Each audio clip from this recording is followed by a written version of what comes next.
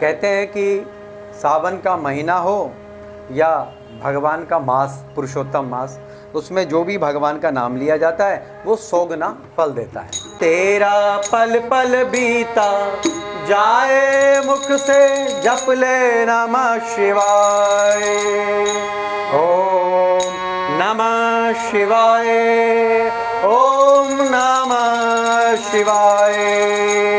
वो तेरा पल पल बीता जाए मुख से, जप ले नमः शिवाय।